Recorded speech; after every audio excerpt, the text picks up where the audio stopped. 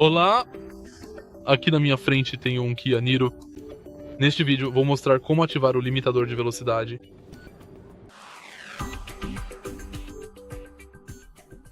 No início, dê uma olhada no lado direito do volante.